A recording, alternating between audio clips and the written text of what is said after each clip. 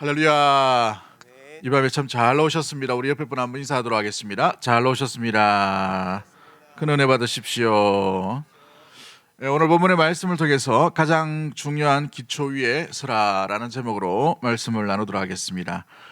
여러분 운동을 할 때에 가장 먼저 운동에 제일 먼저 룰을 가르쳐 주거나 아니면 운동에 직접 뛰어들 수 있도록 그걸 어떤 훈련을 가르쳐 주지 않습니다. 아무리 베테랑이라 하더라도 잘하는 사람이라도 뭔가 운동을 시작하면 제일 먼저 운동의 기초 부분만 제일 먼저 이야기하죠. 수영을 하다 보면 수영장에 가면 제일 먼저 자유형하라고 이렇게 가르쳐주는 코치는 아무도 없어요. 뭘부터 하라고 말합니까? 숨쉬기 먼저 하라고 합니다. 숨쉬기. 물 속에 들어가면 숨 쉴 수 있는가 없는가. 그래서 이제 배를 이렇게 평창시켰다, 배를 평창시켰다가 또 수축하고, 물 음파 이렇게 하는 거 있죠. 이걸 제일 먼저 시킵니다.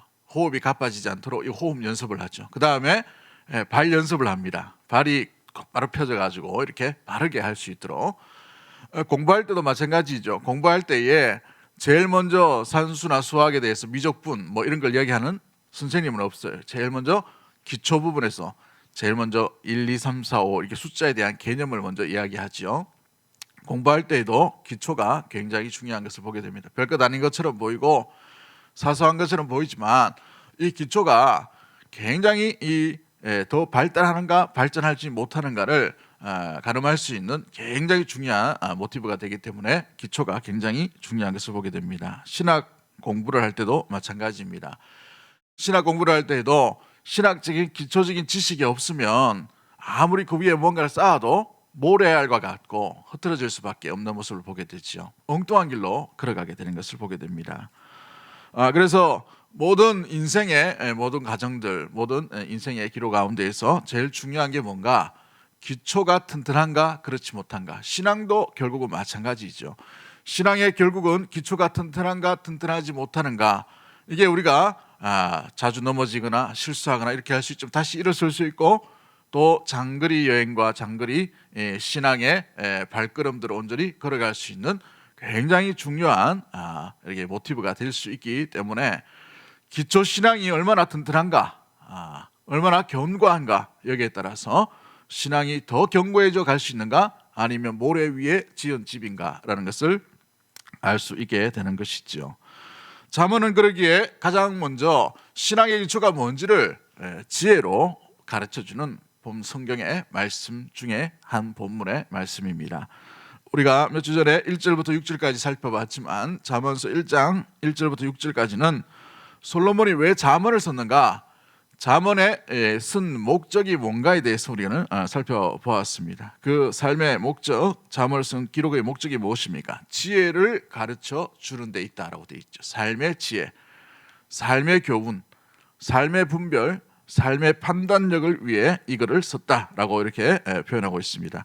그렇다면 이 7절부터 19절까지 말씀을 통해서 우리가 알 수 있는 것은 그렇다면 기초가 뭔가, 그 지혜로 나아가는 기초가 어떤 것인가를 우리는 오늘 본문을 통해서 교훈을 받아야 할 줄 압니다. 삶의 지혜를 배우는 것, 가장 기초를 배우는 것과 같은 것이죠. 물론 기초를 배울 때 우리는 다 알고 있다라고 생각할 수 있겠지만 다 아는 것이 우리의 삶 속에 정말 알고 있는가, 그것을 붙들고 살아가고 있는가를 점검하며 우리가 돌아볼 수 있는 오늘 본문의 말씀 또 은혜의 시간 되기를 주의 이름으로 간절히 축복합니다. 오늘 본문에서 우리가 알 수 있는 것은 세 가지 정도로 우리가 기억할 수 있는데, 오늘 본문에서 우리가 주는 교훈이 뭡니까? 첫 번째가 그렇게 기억해야 될 것은 7절 말씀에 있는 말씀처럼 여호와를 경외하는 것이, 여호와를 두려워하는 것이 뭐라고 되어 있습니까? 지식의 뭐라고요? 근본이다라고 되어 있어요. 가장 근본, 가장 기초다라고 되어 있죠. 여호와를 경외하는 것, 여호와를 두려워하는 것이 지식의 근본이다라고 본문은 말하고 있습니다. 그렇습니다. 우리가 붙들어야 될 귀중한 삶의 원리가, 기초가 뭐냐? 여호와를 두려워하는 것이 우리의 근본이 되어야 된다라는 것입니다. 여호와를 두려워하는 것이 우리의 근본이 되어야 되는 것이죠. 우리 한번 따라하겠습니다. 여호와를 두려워하는 것이, 여호와를 두려워하는 것이, 여호와를 경외하는 것이 여호와를 경외하는 것이 우리 삶의 근본입니다. 우리 삶의 근본입니다. 그 삶의 근본은 지식의 근본이다라고 이렇게 표현하고 있어요. 여러분 한번 잘 보시면 이 문장이 국어적인 표현과 문장의 논법으로 보면 잘 안 맞는 단어입니다. 여호와를 경외하는 것이 무엇의 근본이라고요? 지식의 근본이다. 여러분, 지식은 뭐를 얘기합니까? 지식은 삶에 대한 이야기를 합니다. 그죠? 학습하는 것, 배우는 것, 깨닫는 것. 그런데 이 본문 보면은 여호와를 경외하는 것이 어떻게 지식의 근본이 될 수가 있는가? 맞는 표현으로 볼 수 있으면 여호와를 경외하는 것이 지혜의 근본이다 하는 것은 있을 수가 있어요. 그럴싸하고 맞는 이치의 문법이죠. 그런데 왜 지식이란 단어를 쓰면서 여호와를 두려워하는 것이 지식의 근본이다라고 이렇게 솔로몬이 표현하고 있습니까? 여러분, 지식은 알미입니다. 지식은 가지고 있는 어떤 내용물이지요. 그런데 우리가 맞는 표현으로 보면 여호와를 경외하는 것이 지혜의 근본이다 하면 깨닫는 것, 사리를 분별하는 것, 사리를 밝게 다스리는 재능, 이게 지혜일 수 있는데 왜 지식이란 단어를 굳이 이렇게 솔로몬이 기록하면서 제일 중요한, 어찌 보면 이 잠언 전체를 구성하는 핵심 주제, 핵심 내용, 핵심 단어를 쓰면서 지식의 근본이다라고 이렇게 왜 표현하고 있을까요? 여러분, 여기에는 중요한 내용들이 있습니다. 지식이란 말은 두뇌 활동과 생각으로 말미암아 태어나는 모습들이지요. 우리는 공부하면서 지식을 습득할 수 있습니다. 우리는 또 여러 가지 읽으면서 지식을 가질 수가 있게 되는 것을 보게 되지요. 이 알매 활동을 가지고 가장 중요한 우리가 모티브로 삼아야 될 것이 뭔가, 지식을 가지는 것, 뭔가 아는 것, 세상을 배워가는 것, 그 모든 것의 기초가 무엇이 되어야 되는가라는 것을 오늘 본문이 말해주고 있다는 것이죠. 그 가장 먼저 알매 제일 밑바탕이 뭐가 되어야 되느냐, 하나님을 두려워하고 하나님을 경외하는 것이 제일 중요한 지식의 근본이 되어야 한다는 사실입니다. 여러분, 왜 이 단어를 굳이 계속해서 이야기하고 있는 표현들입니까? 이 내용의 의미가 뭐예요? 어떤 정보가 들어가고 어떤 지식이 들어가고 어떤 내용들이 쌓이기 전에 제일 먼저 무엇에 대한 태도를 바르게 잡으라는 말입니까? 하나님에 대한 태도를 바르게 잡으라는 것이죠. 세상의 학문, 세상의 지식, 그것을 배움보다 더 먼저 그 밑바탕에 채워 넣어야 되고 간직해야 되고 붙들어야 될 것이 뭔가, 하나님에 대한 태도인 것입니다. 그 하나님의 태도가 뭐예요? 경외라는 단어죠. 두려워하는데도 불구하고 하나님을 사랑하는 것, 이걸 경외라고 합니다. 하나님을 두려워하는 것, 하나님을 사랑하는 것, 이 마음이 경외라는 단어로 표현할 수 있게 되는 것이죠. 그렇습니다. 암도 중요하고 지식을 배움도 중요합니다. 세상의 학문들을 쌓아감도 필요합니다만은 가장 먼저 우리가 마음 가운데 붙들어야 되고 근본으로 쌓아놔야 되고 기초로 간직해야 될 것이 뭐냐면 하나님에 관한 태도라는 것입니다. 여러분, 이것이 무엇을 얘기해 주고 있어요? 쉽게 말하면 이 세상의 사회만 봐도 우리가 알 수 있겠지만 사람의 인격이 제대로 되지 않는데 학문의 습득을 계속해서 한다라는 거 한번 보십시오. 요즘 매스컴에도 많이 나오죠. 권력을 가진 사람이 제대로 인격이 갖춰지지 않으면 어떻게 돼요? 인격을 가운데에서 그 권력과 그 힘을 엉뚱한 데 사용한단 말이죠. 그렇죠? 성품은 전혀 안 되는데 지식으로 가득 차면 어떻게 됩니까? 그 지식으로 교만과 방종이 일어날 수밖에 없죠.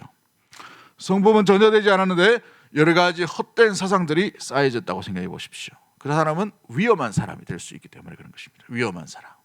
예를 들면 어떻게 됩니까? 여러분, 이 독일이 2차 세계대전 때 모든 독일의 아픔들, 1차 세계대전 이후에 모든 이 사회 경제적인 고통들, 여러 가지 환란들, 아픔들을 누구한테 다 돌려요?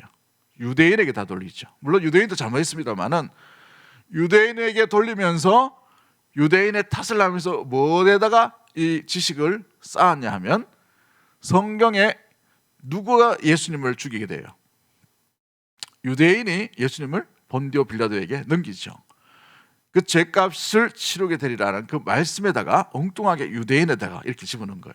그래서 600만이나 되는 사람을 잔혹하게 죽이는 홀로코스트라는 이런 엄청난 짓을 하게 됐죠.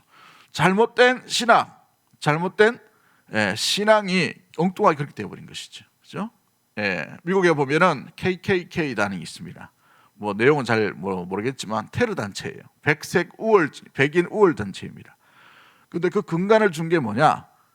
창세기에 나오는 노아의 세 아들 중에 누가 저주를 받죠? 함이 저주를 받습니다. 근데 이 함이 저주를 받음으로 말미암아 함의 죄값, 그 함이 아프리카 계열이라는 것이죠. 그래서 백인 계열이 하나님 앞에 복을 받은 사람이다라고 잘못된 이 우월감이 신학적으로 접목됨으로 말미암아 위험한 사람이 되어버려요. 여러분 잘 보면 노아도 그렇고, 그죠? 그 아들들 이 셋 다 어떤 계열입니까? 동양인입니다. 그죠? 예, 백인이 우월할 필요는 없는데, 그죠? 엉뚱해요, 엉뚱해. 중동 지역에 다 그 사람들이에요. 그럼에도 불구하고 이렇게 잘못 이렇게 신학이 면천되어 버리는 것들을 보게 되지요. 오늘날도 마찬가지입니다. 우리가 잘못된 어떤 인격의 어떤 내면의 기초적인 것들이 잘못되며 있는 가운데에서 그 어떤 지식만 쌓아가면 집을 엉뚱하게 지어가는 내용들이 일어나게 되는 것이지요. 인격이 성숙하지 못한데 감성에 만져져 있다면 어떻게 됩니까? 아주 감정주의적인 그런 표현으로 일어나게 되겠죠. 그런데 이게 하나님을 경외하는 데도 마찬가지입니다. 하나님을 경외하는 데 있어서 하나님을 두려워하는 마음이 없이 하나님을 예배하고 하나님을 섬기고 하나님 앞에 헌신하려고 하고 하나님을 일한다 그러고 하나님을 노래한다 그러면 어떤 일이 일어날까요? 여러분 구약에 있는 잘못된 배경과 잘못된 경우의 수들이 상당히 많은 부분이 하나님을 두려워하지 아니하고 하나님 앞에 일한다고 하나님을 노래한다고 하나님 앞에 섬긴다고 했던 잘못된 유형들이 대부분 이런 일들이 일어날 수가 있게 되는 것입니다. 오늘날도 마찬가지입니다. 우리의 마음이 모든 것이 삶의 기초, 예배, 모든 하나님을 섬기는 모든 일에 있어서 우리가 하나님을 두려워하는 것이 우리의 모든 삶의 기초, 근본이 되지 못하면 그 일이 오히려 하나님의 영광을 가리게 되는 일들로 나타날 수 있게 되는 것이죠. 여러분 어떤 일을 하느냐 이것도 중요하지만 어떻게 하느냐 이게 중요한 거예요. 어떻게 어떤 마음을 가지고 일하느냐 이게 더 중요한 것이죠. 그 일이 아주 중요해요. 정말 귀중한 일입니다. 정말 사람을 살리는 일일 것 같아요.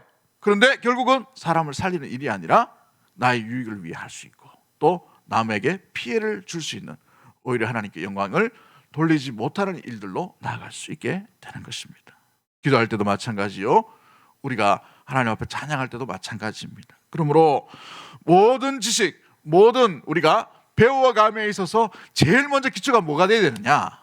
하나님을 두려워하고 이 일을 하고 있는가? 하나님을 사랑하고 이 일을 하고 있는가? 이걸 우리가 늘 점검해야 됩니다. 앞에 있는 목사라도 실수하고 넘어질 수 있습니다. 이 일 부분에서 하나님을 두려워하지 않으면 어떻게 됩니까? 교만할 수가 있어요. 아무리 3대 4대 직분 아니면 믿음의 어떤 계보를 이어간다 하더라도 이게 되지 않으면 항상 넘어질 수밖에 없는 모습들이죠. 여러분 이 독일의 그 신학적인 배경을 주었던 것은 독일 교회였어요. 엄청난 잘못을 한 것이죠. 마찬가지입니다. 우리가 과거에 신산 참배할 때도 물론 일본 수사가 옆에서 지켜보면서 막 강제로 막 하라고 했겠지만 그런데 그 일에 앞장선 사람도 교회 지도자였어. 너무나도 안타까운 것이죠. 목숨 걸고 지켰어야 되는데 물론 협박과 회유와 이런 것이 있었기 때문에 그런 일들이 있었지만 여러분 신학과 신앙이 하나님을 두려워하지 않는 그 모습이 될 때에는 그것이 오히려 하나님의 영광을 가릴 수 있는 충분한 재료거리가 될 수가 있게 되는 것입니다. 우리의 기도에는 하나님을 두려워하는 마음이 근본으로 채워져 있게 되기를 주의 이름으로 간절히 축복합니다. 우리의 예배 가운데에는 하나님을 두려워하는 것, 하나님을 경외하는 마음, 두려움으로 사랑하는 가운데에서 주님을 노래하며 예배하며 우리 중심으로 드리는 그 마음이 소멸되지 아니하고 항상 드리면 드릴수록 우리 마음 가운데 더 마음 가운데 중심 가운데 자리 잡는 그 마음과 그 태도가 되기를 주의 이름으로 간절히 축복합니다.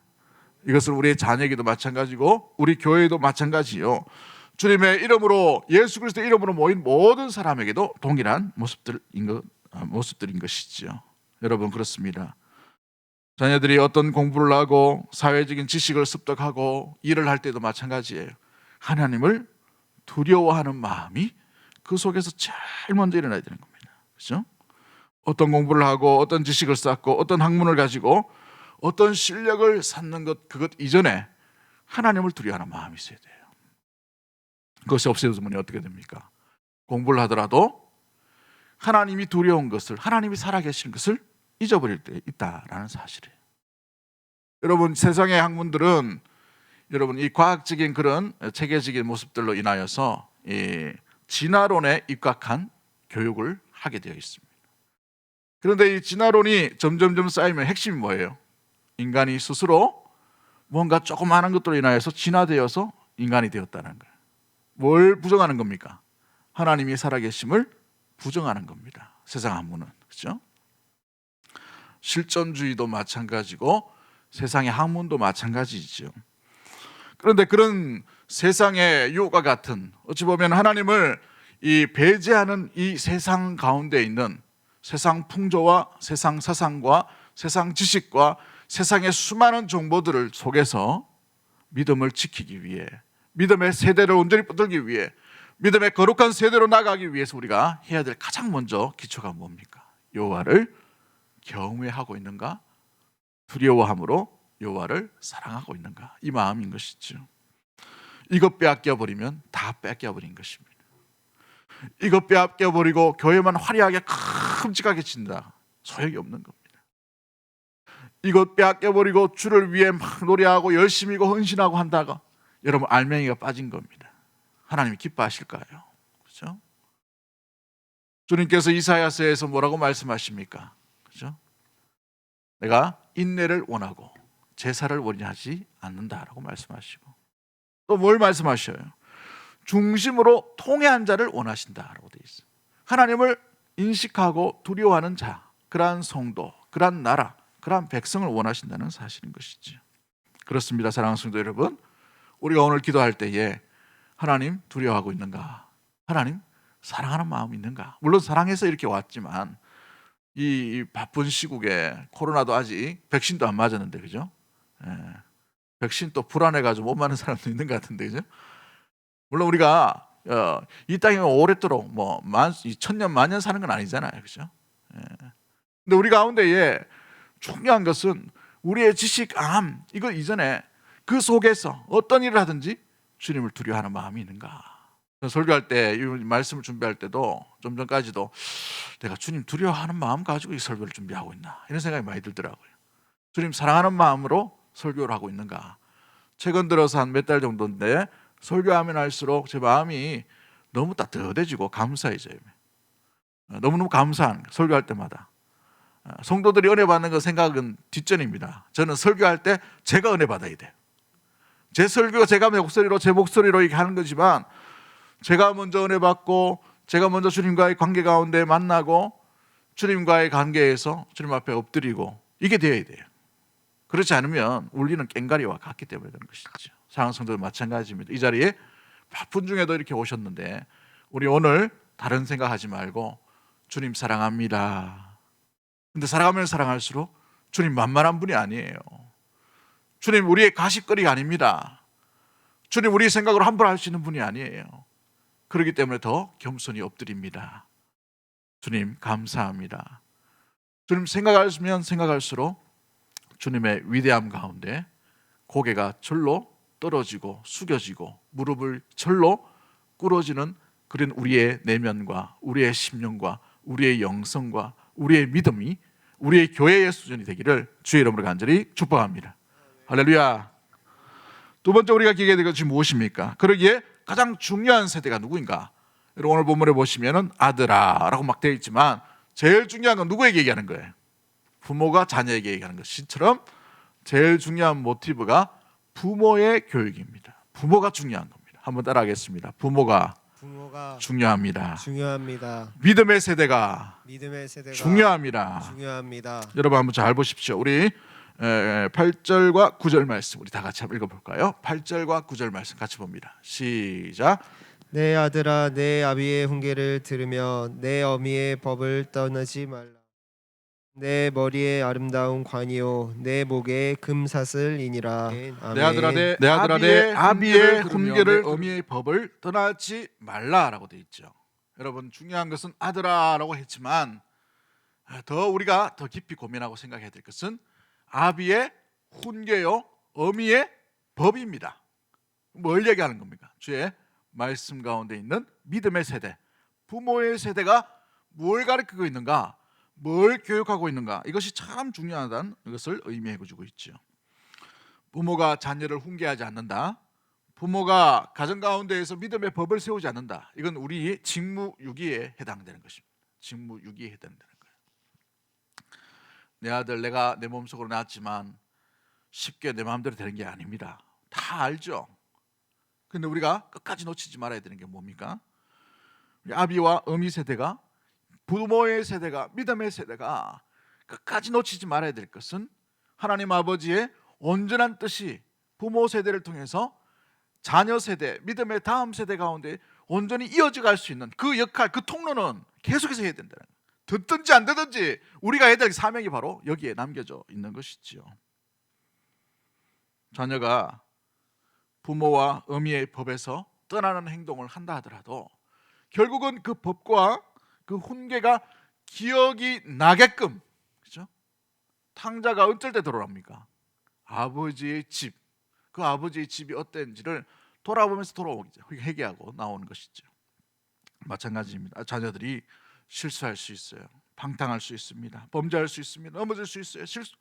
실패할 수도 있습니다만은 그 실패의 끝에 아버지의 훈계와 어머니의 법이 남겨질 수 있는 신앙의 추억거리는 남겨 주어야 한다는 사실. 여러분, 목회자를 믿지 마십시오. 목회자는 일주일에 한 번 그 교육부서 가운데에서 만나요. 그게 얼마나 효과가 있을까요? 근데 가정에서는 아침, 점심, 저녁 만날 수도 있고, 물론 요즘은 너무 바빠가지고 어렵겠지만, 그러나 사춘기 이전까지는 부모가 신앙에 대해서는 책임을 지셔야 됩니다. 부모 세대가 자녀 세대 가운데에 훈계를 만들어 놓고 남겨두셔야 되는 것이죠. 어머니가 자녀들에게 하나님의 법에 대해서 분명히 가르치셔야 된다는 것입니다. 가르치지도 않고 훈계를 정하지도 않고 난 뒤에 믿음 가운데 이 아이가 자라기를 원한다는 것은 여러분 잘못된 것입니다. 가르치지도 않고 법이 뭔지도 알지도 못하는데 어떻게 자녀들이 주님의 말씀 가운데에 모든 지식의 근본을 여호와를 아는 것, 여호와를 두려워하는 것, 여호와를 사랑하는 것이라고 어떻게 알겠어요? 그러므로 말미암아 부모의 세대 가운데에서 훈계와 법을 먼저 정하고 그 말씀 가운데 자녀들이 들을 수 있는 기회를 제공해주고 만들어 가야 되는 것입니다. 여러분, 요즘은 아버지들이 너무 바쁘죠. 우리나라처럼 이 직장인이 이렇게 바쁜 세대가 없어요. 새벽같이 일어나서 밤 늦게까지 옵니다. 가르칠 그게 없어요. 만날 아이들의 그 접촉할 기회가 없단 말이죠. 어떻게 해야 돼요? 그렇죠? 부모 세대가 지혜롭게 치열한 삶의 현장 가운데서도 그래도 붙들고, 그래도 놓치지 아니하고, 그래도 이 한결같이 이 훈계와 법을 지키기 위해 몸부림치는 것을 자녀들에게 보여주어야 됩니다. 사춘기가 지나고 청년의 시기에 돌아보면 우리 아버지가, 우리 어머니가 주님을 섬기기 위해 어떤 모습으로 했는가, 그 뒷모습을 이 자녀들이 훈계로, 신앙의 추억거리로 남겨질 수 있도록 여러분, 그 일이 부모의 세대요, 믿음의 세대가 해야 될 진정한 의미의 모습이겠죠. 그래야 이 자녀들이 하나님의 법에, 하나님의 권위에 진정으로 순종할 수 있는 기회를 마련할 수 있게 되는 것입니다. 보여지는 하나님께서 세우신 권위인 부모에게 순종하지 않는데 보이지 않는 하나님을 어떻게 순종할 수 있겠어요? 그러므로 보이는 부모가 여호와의 법, 여호와의 말씀 가운데 깨어서 이 자녀들에게 이 순종해야 될 그 이유가 뭔지, 말씀 가운데 우리가 왜 그래야 되는지를 삶으로 보여주는 그런 훈계와 법이 계속해서 남겨져 있어야 하는 것이지요. 자녀가 장성했다고 이제 법과 훈계의 이 방법들이 끝나는 것입니까? 아니에요. 자녀들이 이제 성숙하고 성장했을 때에는 진짜 부모가 어릴 때에 우리에게 가르쳐 준 것이 진짜 그렇게 살고 있는가?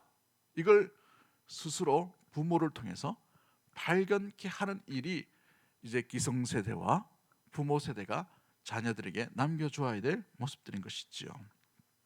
어느 목사님이 삶으로 가르친 것만 남습니다라는 책을 썼어요. 마찬가지입니다. 맞습니다. 그래서 우리가 이전까지는 아이들이 부모가 어떤 일을 하는지 어떤 모습이 있는지 잘 몰라요.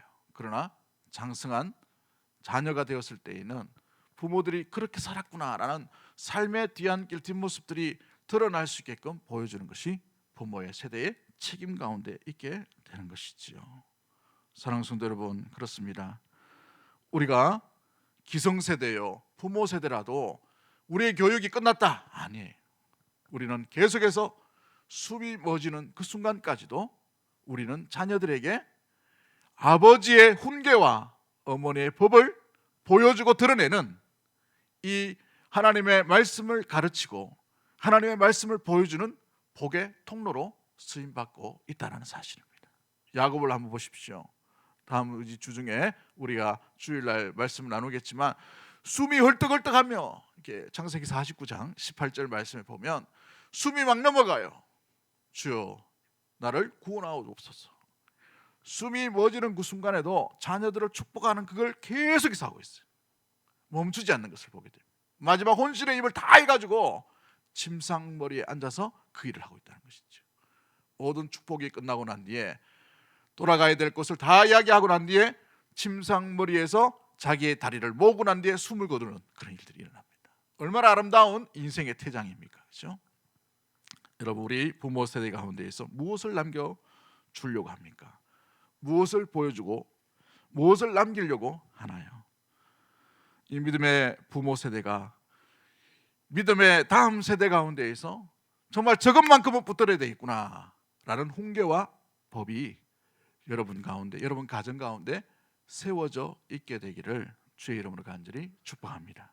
이게 있어야 믿음의 계보가 온전히 이어지게 되는 것을 보게 되지요. 여러분, 돈을 억만금 물려줘도 자녀가 예수 믿지 않으면 얼마나 분행한 일입니까?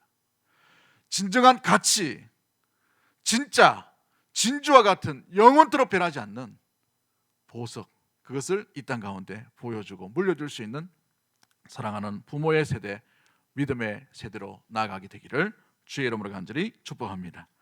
마지막 세 번째로 우리가 기억해야 될 것이 무엇입니까? 10절부터 19절까지 긴 우리 내용들이 있죠. 10절 말씀을 보시면 어떻게 되어 있나요? 내 아들아, 악한 자가 너를 꿰일지라도 뭐 하지 말라라고 되어 있어요.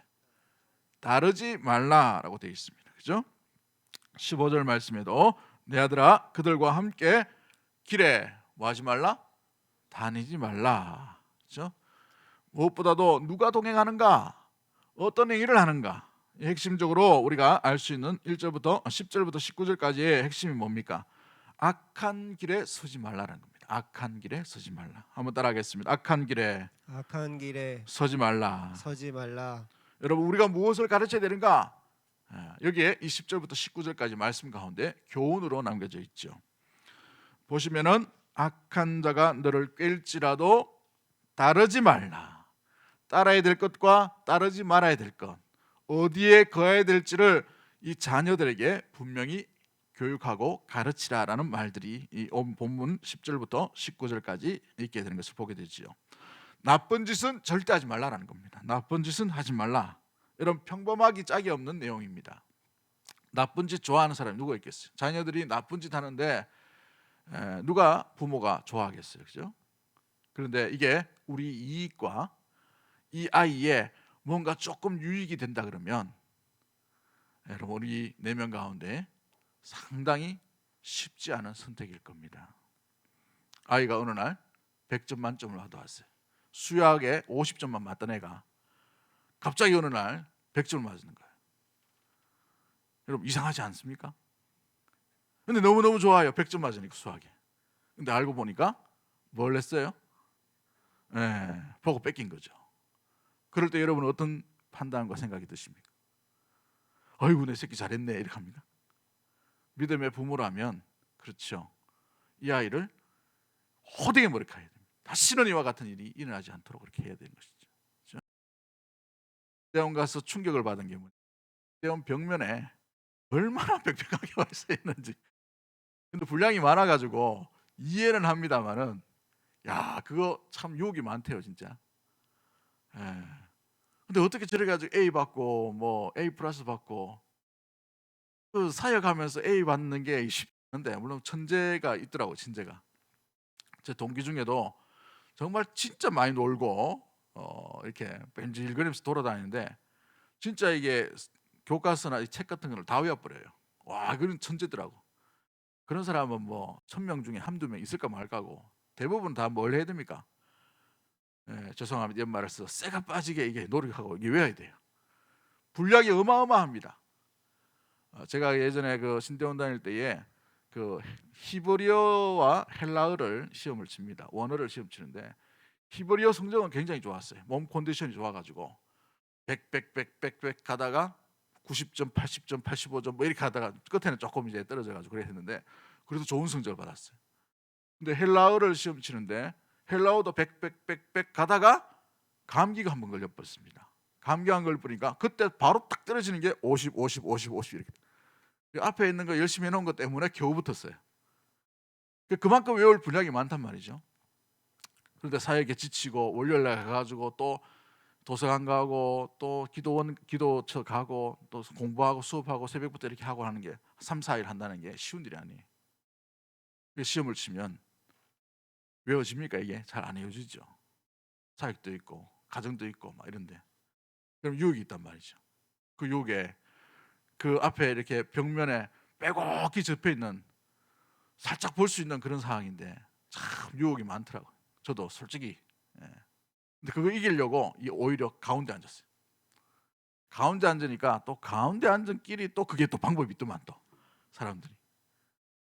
여러분, 우리가 정말 그렇게 살아가야 되는데, 물론 그 실수할 수도 있고 이렇게 하지만 그런 거 하나하나 이겨내는 것, 그 하나하나를 지켜내는 것, 이게 하나하나의 그 과정 가운데에서 우리가 몸부림치면서 주의 말씀 가운데 정말 악에 거하지 아니하고 선에 거하고 최선을 다해서 선 가운데 우리가 몸부림치면서 나아가는 것, 이게 주님께서 기뻐하시는 말씀과 훈육 가운데, 훈계 가운데 거하는 삶이 아닌가 돌아보게 됩니다. 근데 세상은 어떻습니까? 그렇게라도 경쟁해서 이기라는 거예요. 그렇게 해서 싸워서 이기라는 것이죠.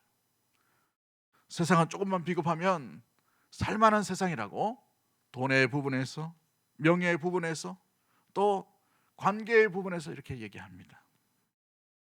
돈을 쉽게 벌고 싶으면 남을 속이는 방법이에요.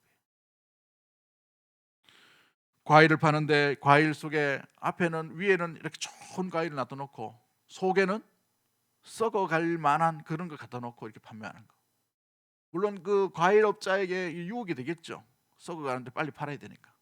근데 성도, 하나님의 백성, 하나님의 훈계와 하나님의 법을 알고 있는 사람마저도 그렇게 되면 어떻게 될까요? 작년인가 재작년인가 큰 이제 슈퍼에 가가지고 과일을 이제 선물하려고 딱 샀어요. 산데 보니까 막 자기가 창고 가서 내온다고 막 장담을 하더라고요. 집에 가서 딱 열어보니까 밑에 다 썩었더라. 근데 그걸 먼 데서 사왔기 때문에 다시 갈 수도 없고, 야, 어떻게 상인이 이런 이 짓을 하나, 이런 생각이 들더라고요. 근데 그게 우리의 상황, 우리의 입장, 우리가 만약 그 상황 같으면 어떻게 했을까? 그것도 쉽지 않은 선택이지요. 근데 그것을 하나씩 이겨가는 것, 악한 길에 거하지 아니하고 악한 동무와 함께하지 아니하고 그 길을 따르지 아니하고 온전히 선 가운데 지켜나가는 것, 이것이 바로 믿음의 성도가 삶 가운데, 기초 가운데 우리가 몸부림치며 나아가야 될 방법 가운데 있게 되는 것입니다. 그렇죠? 왜 이런 삶을, 이런 말씀을 하고 있을까요? 악한 일, 속이는 것, 범죄자의 길, 또 악한 길에 서 있는 것, 이 결과가 뭐예요? 19절 말씀 한번 읽어봅니다. 19절 말씀, 18절과 19절 말씀 같이 봅니다. 시작. 그들이 가만히 엎드림은 자기의 피를 흘릴 뿐이요 숨어 기다림은 자기의 생명을 해할 뿐이니 이익을 탐하는 모든 자의 길은 다 이러하여 자기의 생명을 잃게 하느니라. 결국은 뭐예요? 누구의 생명을요? 자기 생명을 깔고, 이 뭐예요? 깔아먹고 있는 거예요. 그 속이고 이익을 얻는 것, 그게 이익같이 보이지만 뭐예요? 결국은 그렇죠. 이 예화를 준비하다가 이런 예화가 생각났습니다. 어느 날 그 가게에 물건을 사게 됐는데, 물건을 사다 보니까 5천짜리를 주었어요. 10,000원짜리를 주었는데 물건 거스름돈으로 5,000원짜리를 받아야 됩니다. 근데 주인이 바빠 나온지 5,000원짜리인 줄 알고 줬는데 얼마짜리예요? 많이 보셨나 본데 50,000원짜리를 받았단 말이에요. 근데 가만 보니까 50,000원짜리를 받았는데 이거 줘야 되는데, 이 말을 해야 되는데 50,000원이 급한 거예요. 부들부들 떨다가 집으로 들고 왔습니다. 근데 집으로 들고 왔는데 집이 도둑을 맞아가지고 500,000원짜리가 다 날아가 버린 거예요. 여러분, 그게 50,000원짜리의 유혹, 50,000원짜리 달콤함, 50,000원짜리의 이익이지만, 그러나 성도는 그게 나중에 돌아가면 500,000원짜리 손해로 해야함으로 다가올 수 있다는 사실인 거예요. 여러분, 좋은 것이 다 좋은 것이 아니라 그 좋은 것 가운데 달콤한 유혹이 있다면 그건 우리의 생명을 해하고 있다는 사실을 우리는 결코 잊지 말아야 한다는 사실입니다. 죄 가운데 있다는 것은, 여러분, 그것이 달콤한 유혹 가운데 뭔가 주는 것처럼 보이고 보암직도 하고 있음직도 하고 먹음직도 하지만 결국은 생명이 해야 할 뿐임을 우리는 늘 기억하며 살아가야 하는 것이죠. 어릴 때 제 5학년 때인가요? 제 친구가 전학 가자고 그렇게 나를 꼬시더라고요. 왜냐하면 제 친한 친구, 공부 좀 잘하는 애들은 대구로 다 전학 갔기 때문에. 그래서 제 남아있는 마지막 이 친한 친구가 있었어요. 별명이 식빵입니다. 그 식빵 친구하고 늘 이렇게 같이 지다가 이 친구가 전학 가자고 아버지한테 얘기했다고, 아버지끼리 설득해가지고 가자고 막 이렇게 하는 거예요. 왜냐하면 친한 친구도 다 갚으리기 때문에. 그래서 저도 아버지에게 그 친구 간다 하니까 전학 좀 보내달라고 그렇게 했어요. 반에서 10등 하는 애들은 다 전학 가고 없었거든. 전차 제하고 그 친구만 남았어요. 그러니까 공부 좀 한다는 애들은 다 가니까 저는 가면 가는 줄 알고 아버지한테 부탁을 했습니다. 저도 전학 보내달라고 하니까 아버지가 대답이 없어요. 몇 달이 걸리는데 대답이 없더라고. 그러다가 6학년 되니까 뭐 말도 없어지고, 그 친구는 6학년 되자마자 바로 전학을 가버렸습니다. 나중에 이제 알게 됐어요. 고등학교 지나고 대학교 지나고 예수님을 좀 더 깊이 알고 이렇게 알고 난 뒤에, 그때 전학 가려면 전부 뭘 해야 됩니까? 위장 전입을 해야 돼요. 경북이기 때문에 대구로 오려면 위장 전입으로 남을 속여야 된단 말이죠. 근데 아버지가 그게 걸렸나 봐요. 그 아들 좋은데 학교 보내고 싶은 마음이 부모인데 왜 없겠어요? 그때 저희 집이 잘 살았습니다. 자인의 유지였어요. 보낼 수 있는 충분한 돈도 있었어요. 안 보내시더라고. 제가 울면서 막 보내달라고, 친구 다 없다고 보내달라 했는데 안 보내시더라고. 나중에 내가 알게 됐어요.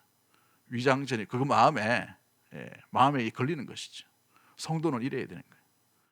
성도는 이 50,000원짜리 유혹에 가슴 아파야 되는 겁니다. 넘어지면 회개하고 다시 하나님 앞에 더 가까이 나가도록 몸부림치는 것이 성도가 보여주고 가정에서 보여야 되고 믿음의 다음 세대 가운데 보여줘야 될 뒷모습인 것이죠. 우리 작은 유혹에, 작은 이익에 흔들리지 말고 참된 길 가운데에 주님께서 선하시고 주님께서 살아계시고 주님께서 우리 가운데 함께 하시는 두렵고 사랑스러운 그 하나님 앞에 우리가 주님과 동행할 수 있는 그 길을 선택하며 나가는, 여호와를 두려워하는 것, 삶의 가장 기초적인 그 신앙 가운데 물러서지 아니하고 주와 함께 할 수 있는 믿음의 모든 가족들이 되기를 주의 이름으로 간절히 축복합니다. 하나님 아버지 감사합니다.